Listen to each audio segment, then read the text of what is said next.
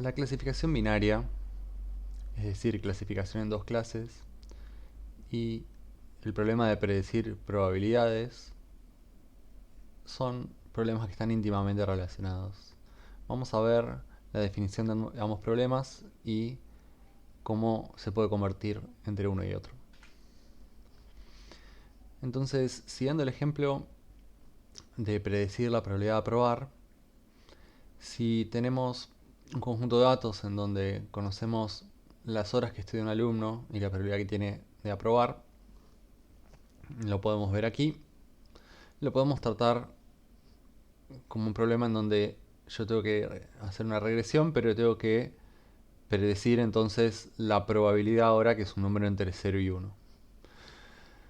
Y si bien este podría ser un problema de regresión, estos datos de probabilidades no son muy comunes. No es muy común tener para cada alumno, en base a la cantidad de horas que estudió, la probabilidad de aprobar. Es más común tener otro tipo de datos como los de si aprobó o desaprobó, ¿no? Entonces, esto es un conjunto de datos más común, que uno podría tomarlo en base a experiencias anteriores de los alumnos.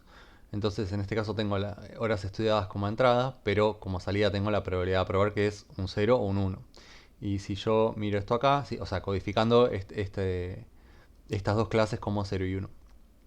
Entonces, en este caso, 1 sería aprobado, ¿no? Y 0, por ejemplo, desaprobado, ¿no? Entonces parece como que a medida que uno estudia más, tiene, digamos, aprueba más, salvo algunos casos, obviamente, que por ahí estudió poco y aprobó, o que estudió mucho y no aprobó.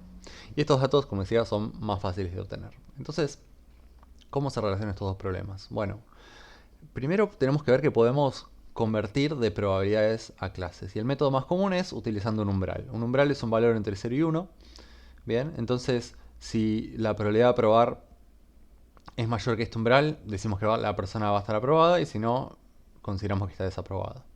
Bien, entonces si yo tengo acá estos datos de probabilidades, puedo convertirlos a todos, por ejemplo, con un umbral de 0,35. Entonces 0,1, 0,32, 0,3, todos quedan en 0 y el resto quedan en 1. Uy, este tenía que ser un 1 también. Y si cambio el umbral, subo un poco el umbral, ahora a 0,5, entonces los únicos que quedarían como 1 sería el 0,5, 0,55, 0,6. O bueno, en este caso elegí el 0,5 acá, esto puede ser un mayor o mayor igual, es lo mismo. Pero entonces lo que vemos es que a medida que subo el umbral, va a haber menos unos acá, y a medida que lo bajo voy a tener más unos, ¿no? Porque obviamente si el umbral fuese 0, todos estarían aprobados, y si el umbral fuese 1, nadie estaría aprobado. O bueno, dependiendo de nuevo si esto es menor o menor igual, ¿no? Pero eso es básicamente lo mismo. Entonces, también puedo convertir de manera contraria. Y esto parece un poco sorprendente, pero la realidad es que estos valores ya son probabilidades, porque 0 codifica la probabilidad de que era el desaprobado, 1 el aprobado, pero esto podría interpretarlo como que la probabilidad de aprobar es 0 y que la probabilidad de aprobar es 1. Sí, es un poco extremo, bien, pero funciona en realidad. También es algo que, si bien para una sola persona es un poco extremo, pero cuando tomemos todo este conjunto de datos en su totalidad, bueno, se va un poquito vamos a buscar como el comportamiento promedio. Si bien estos datos son extremos, el comportamiento promedio nos va a ayudar. Entonces estos son problemas distintos, ¿sí? El de clasificación, tengo valores 0 y 1, no hay intermedios, y es un caso especial de la probabilidad. El de probabilidad es un problema en realidad más general, donde tengo valores entre 0 y 1 y puedo darle como más detalle, pero están relacionados, ¿sí? Y entonces vamos a usar el mismo modelo para atacar los dos problemas. Y acá donde está el truquito. Cuando entrenamos el modelo vamos a utilizar datos de clasificación, datos de 0 y 1, ¿bien? Y con esto vamos a generar el modelo, ¿sí? Que en realidad, de nuevo, estos son datos 0 y 1, pero podemos considerarlos como probabilidades. Probabilidades dado nuestros datos, ¿no? Entonces vamos a generar un modelo en base a esto. Y luego cuando vamos a predecir, nuestro modelo va a generar en realidad probabilidades, ¿sí? Entonces esta podría ser la salida del modelo. Acá son los mismos datos que antes, pero solamente para hacer un ejemplo. Entonces tendría acá los mismos datos del modelo. Y si yo quiero después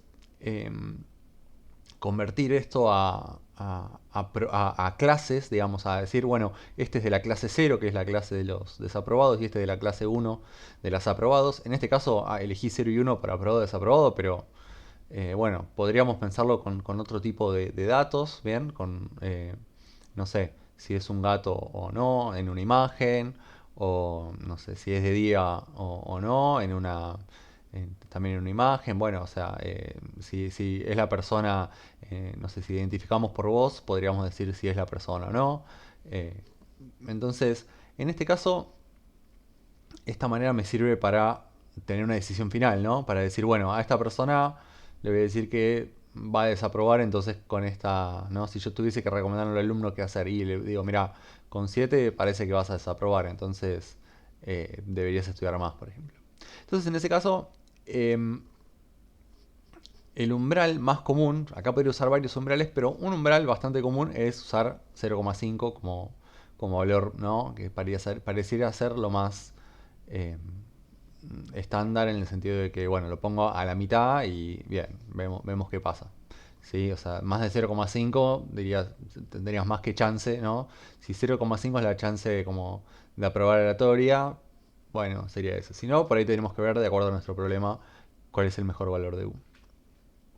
Bien, entonces, en resumen, estos problemas donde yo tengo como entrada las horas estudiadas y como salida la probabilidad de aprobar, los voy a entrenar con datos de aprobado desaprobado, interpretado como probabilidades, pero una vez que tengo el modelo entrenado voy a predecir probabilidades.